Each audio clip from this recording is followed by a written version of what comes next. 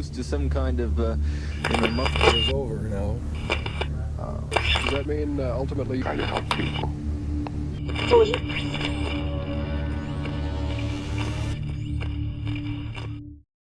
Antes de las masacres perpetradas por los cárteles de la droga, hubo un homicidio múltiple que estremeció a toda la sociedad de México. En el año 1991, diciembre, inició con una noticia de terror. El mes que por las festividades simboliza la unión, el amor y la paz, se tiñó de negro con el horror que sufrió la familia Chávez López. En la apacible zona residencial de los Jardines de Morelos, fueron encontrados Alejandro Chávez Sahagún y su esposa Febe, degollados como si fueran animales de corral. Pero la tragedia no culminó allí. Las bestias que desataron su furia esa noche también degollaron a las hijas del matrimonio de 8, 10 y 12 años. Solo sobrevivió un niño de tan solo 3 años que ante la confusión de la pesadilla que vivió, dijo con la inocencia a flor de piel que un doctor operó a su mamá y murió. Vio al doctor del infierno que solo se alimenta de muerte. Los investigadores no tenían pruebas. Las teorías desbordaron desde los medios. ¿Quién podía ser capaz de cometer tan atroz crimen? ¿Quiénes podían haber hecho ese baño de sangre? Los chacales de Ecatepec estaban sueltos y el 1 de diciembre de 1991 probaron el poder que da quitar una vida, 5 vidas en total, que tuvieron al filo de sus cuchillos. Por 30 años, la investigación fue clasificada y oculta bajo el nombre de Caso Fausto, y desde Al Filo nos adentramos en los oscuros detalles que ocultaron a los medios. Alejandro Chávez Sahagún, en 1991, contaba con 33 años y una próspera vida desde muchos aspectos. Tenía muy buena salud, sus negocios y profesión avanzaban en el carril deseado del éxito y, sobre todo, había formado una feliz familia. Su compañera y esposa era Febe López de Chávez, de 34 años. Tenía una hija de 13 años, Lorena, que Alejandro no dudó en criar como si fuera suya e hizo los trámites necesarios para que, ante la ley, sea su hija. Algo que despertó los elogios y el cariño de propios y extraños. La familia se agrandó con el pasar de los años y llegaron Jazmín y Erika, y el último sería el pequeño Alejandro. Los Chávez López eran miembros respetados por la sociedad de Ecatepec, como se dice, buena gente y trabajadores. No se metían con nadie, no molestaban. No había razones para imaginar lo que les sucedería el 1 de diciembre de 1991. El patriarca familiar, Alejandro, era director y profesor de la escuela Juan Jacobo Rousseau, y para poder hacer la diferencia económica, tenía como segundo trabajo la compraventa de automóviles. Su proceder era simple y visionario. Compraba un vehículo a muy bajo precio, lo arreglaba, lo mejoraba y lo vendía lo suficientemente bien para ganar una ganancia considerable. Sin embargo, el éxito que marcaba el camino de Alejandro comenzó a granjearle la enemistad y envidia de algunas personas.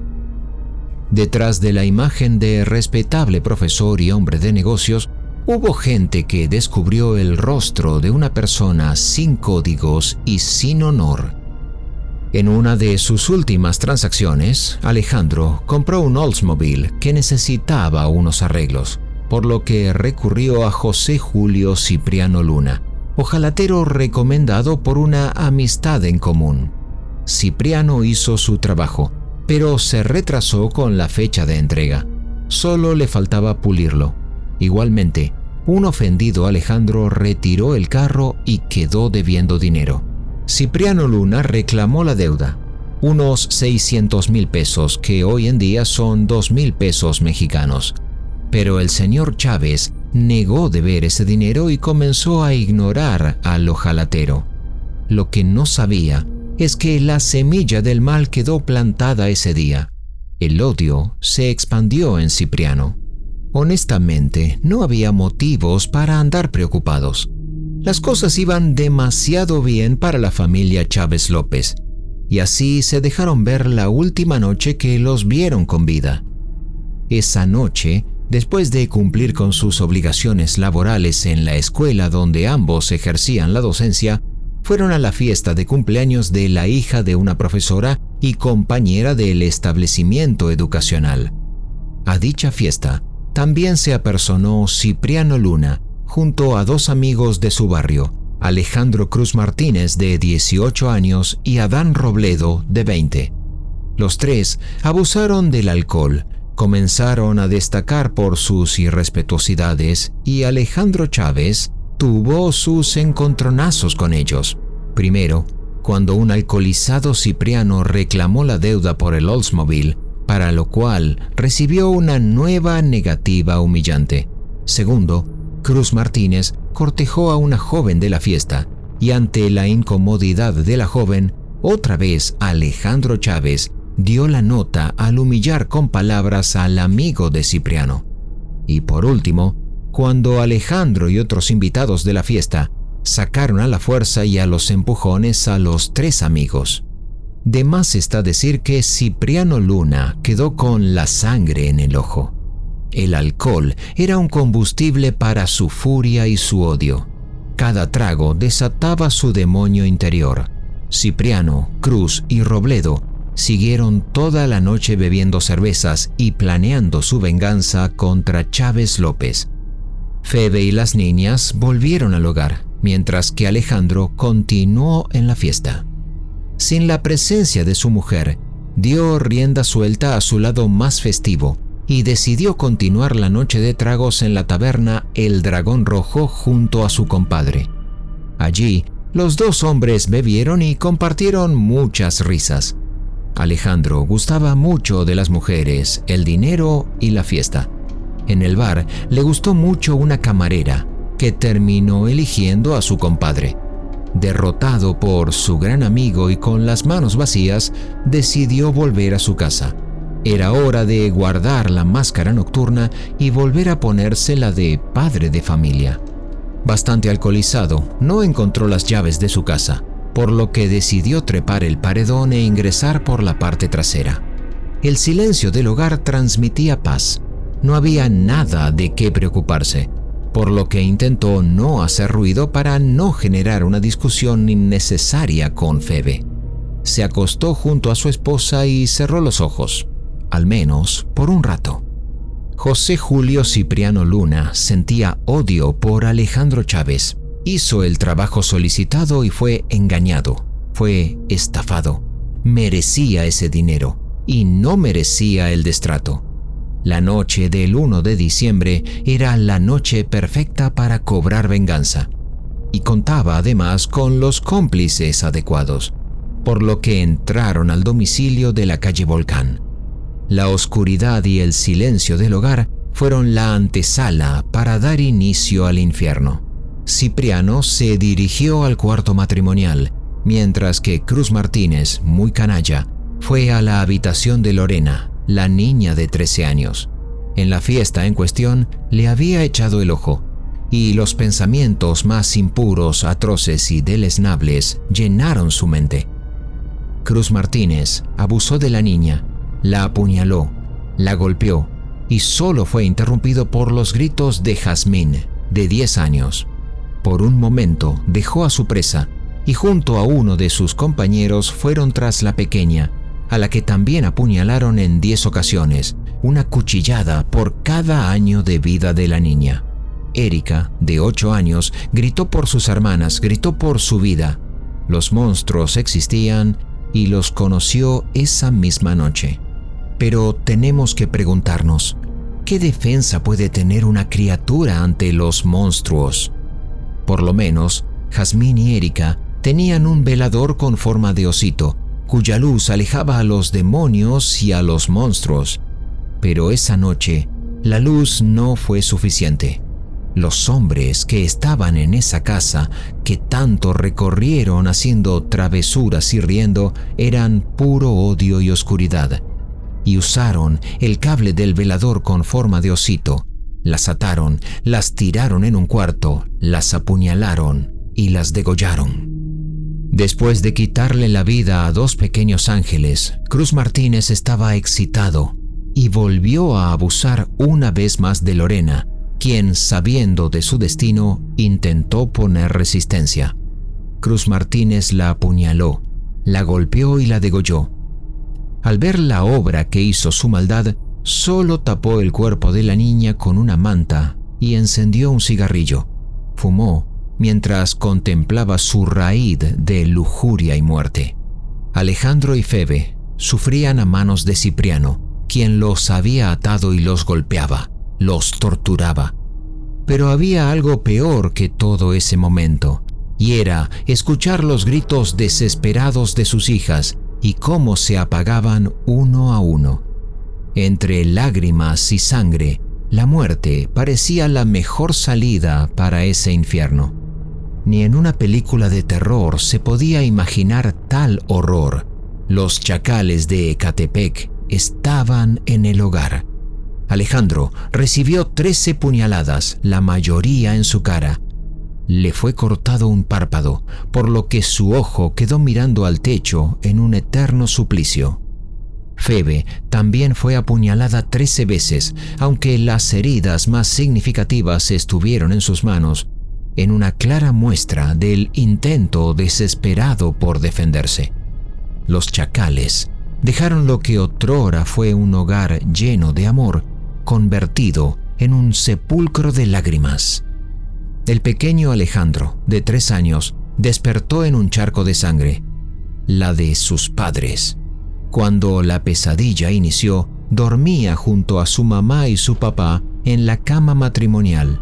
Cipriano lo golpeó y lo tiró de la cama, y lo dio por muerto. Alejandro corrió con suerte, aunque sea un poco. Las pesadillas, seguro, lo acompañan hasta el día de hoy. El niño de 3 años salió con su pijama ensangrentado a la calle. Un mariachi que volvía de un evento se encontró con el pequeño. A simple vista pensó que aquella criaturita que encontró se encontraba perdida y estaba sucia por alguna travesura.